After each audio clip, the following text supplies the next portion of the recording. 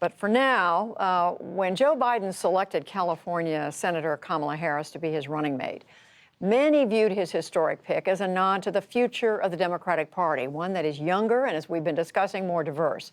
Representative Hakeem Jeffries is the chairman of the Democratic caucus in the House of Representatives, one of the youngest members of the party's leadership team, and he joins me now.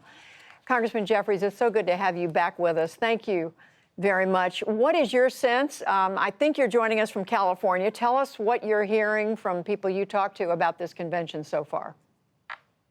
Well, Judy, it's great to be with you. I'm actually in Brooklyn, New York. Okay, thank you my for the change. hometown. I'm sorry, I for some reason was flipping the country. New York, yes.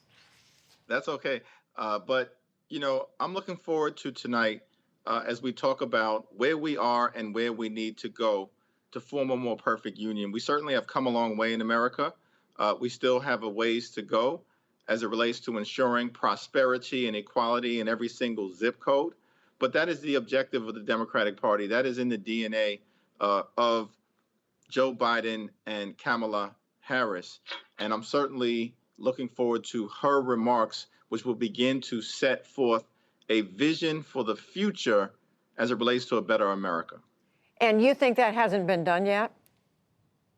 Well, I think it has been done in a variety of different ways. But as your panelists have indicated, the first two nights of the convention have really been dedicated to getting to know Joe Biden through his humanity, his decency, and his authenticity. And I think you couldn't have had two better validators in that regard than former First Lady Michelle Obama and the next First Lady, Dr. Jill Biden. I want to turn you, I do want to talk about the convention, Congressman Jeffries, but I also want to turn you to an issue that is getting a great deal of attention right now, both around the convention and outside, and that's the Postal Service. It has to do with mail-in voting. It has to do with the integrity of this election. As we know, President Trump has been critical of mail-in voting, talked a lot about fraud.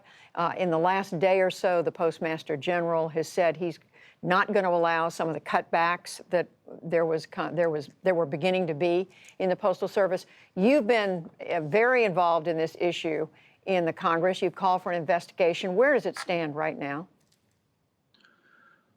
Well, the Postmaster General took a modest but insufficient step in the right direction by backing away from the future changes that he was planning to make to undermine the ability of the Postal Service to be there for the American people.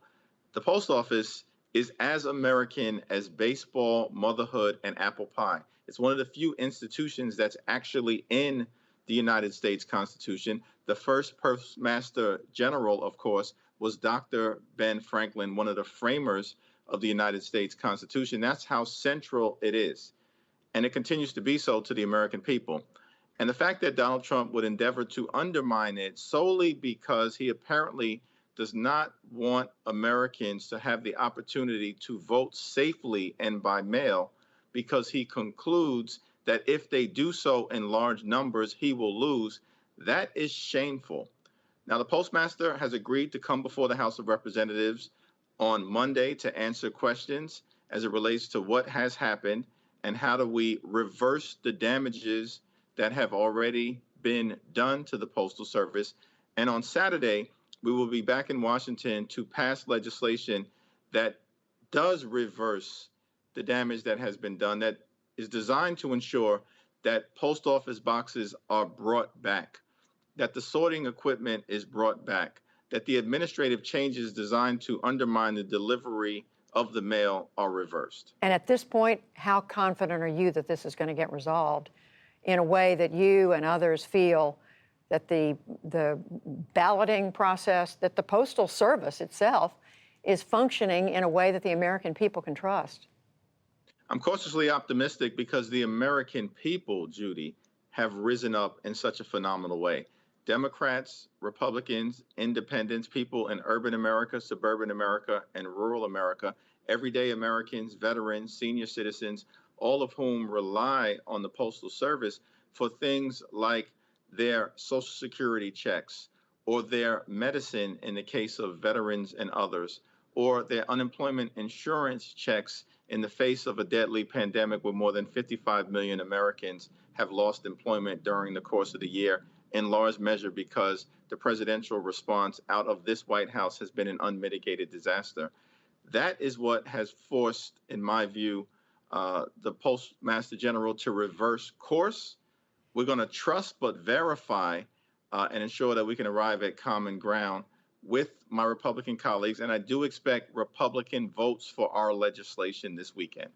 And very quickly, I can't let you get away without asking you about the status of COVID relief for the coronavirus and what it's done to the economy.